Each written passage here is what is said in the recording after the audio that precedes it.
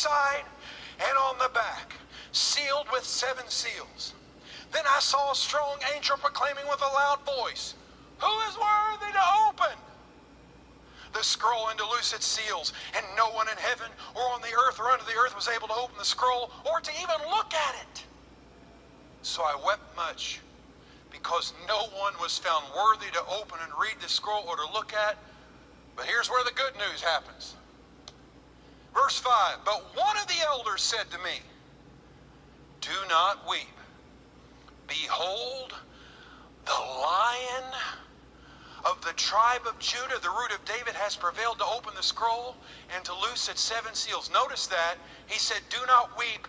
Behold." That means look, take notice. The Lion of the tribe of Judah has prevailed. Verse 6, "And I looked," just like he was told to do, "and behold, in the midst of the throne and of the 4 living creatures and in the midst of the elders stood a lamb as though it had been slain." There was a message in the revelation of Jesus Christ when he saw that lamb as though it had been slain. Having 7 horns, 7 eyes, which 7 spirits of God sent forth into all the earth, he came and took the scroll out of the right hand of him who sat on the throne. John in Revelation is seeing a picture of redemption. The Lamb is standing in the midst of the throne.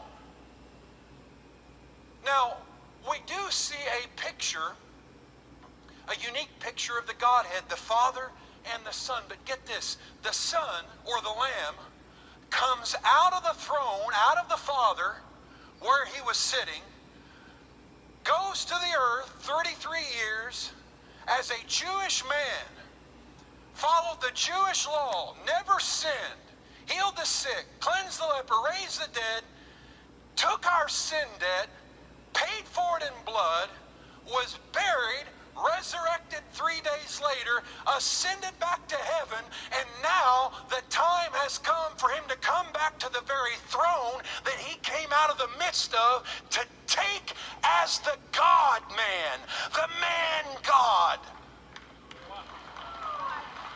and say, "I'm the one that has the right to open the 7-sealed scroll to show I'm getting my whole earth back." Satan's getting his final eviction notice. Glory to God. Notice he's called the Lion, but John looked and he saw a lamb as though it had been slain. Now what does that mean? It's a metaphor, a picture.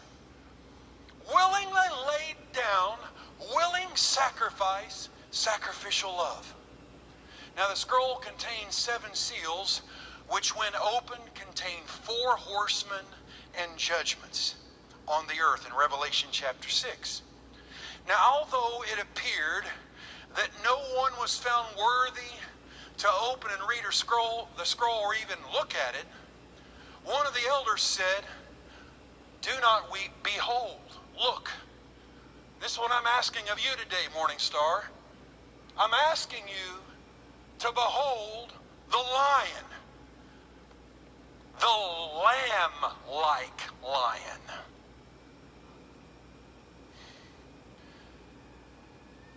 Yes, when you think of the lion, you think of the king of the jungle.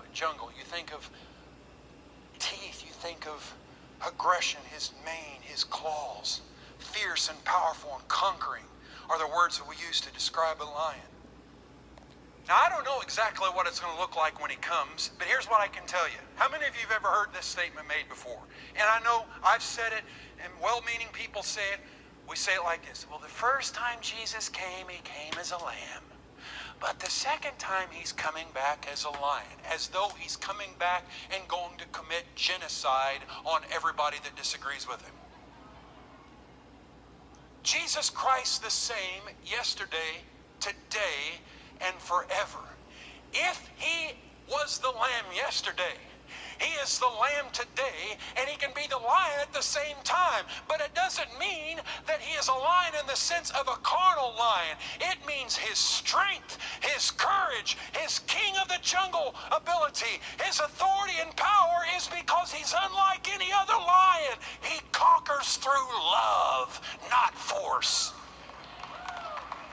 When he returns and his feet touch down upon Mount Zion and the Mount of Olives split asunder, and the Jews look and see the wounds, the nail scars in their Messiah's hands, they're going to ask him, "Where did you get these wounds?" "I received them in the house of my friends." And then they're going to accept him. After the devil puts them through tribulation, Jesus isn't going to have to forcefully coerce them to accept and receive him. No, it's going to be, they're going to look at the wounds in their heart. Their hardened, blind heart is going to be open to realize Yeshua is, was, and forever will be the Messiah, the King of Israel, the King of the whole earth, the owner of the earth. It's going to be the wounds that he points to that causes their hardened heart to be opened. Now, yes, I believe in heaven, and yes, I believe in hell. And I don't pretend to understand exactly what God's picture of what the second coming against the armies of the beast and the globalist system and how he's going to overcome that. But what I do know is he's not going to tell Peter, if you live by the sword, you're going to die by the sword. You see, this is one of the ugliest parts of human history, Christian history, is some of the behavior when Christians conquered the same way the Pharaohs and the Caesars of history conquered. And what I'm simply saying to you is, his power is not bazookas and swords. His power is not nuclear warheads. His power is going to be the glory of his presence is going to overcome the earth. And those unrepentant hearts are going to melt at his presence.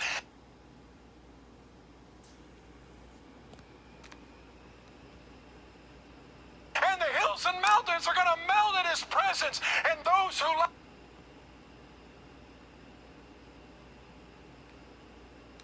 him are going to be changed to be just like him. They're going to be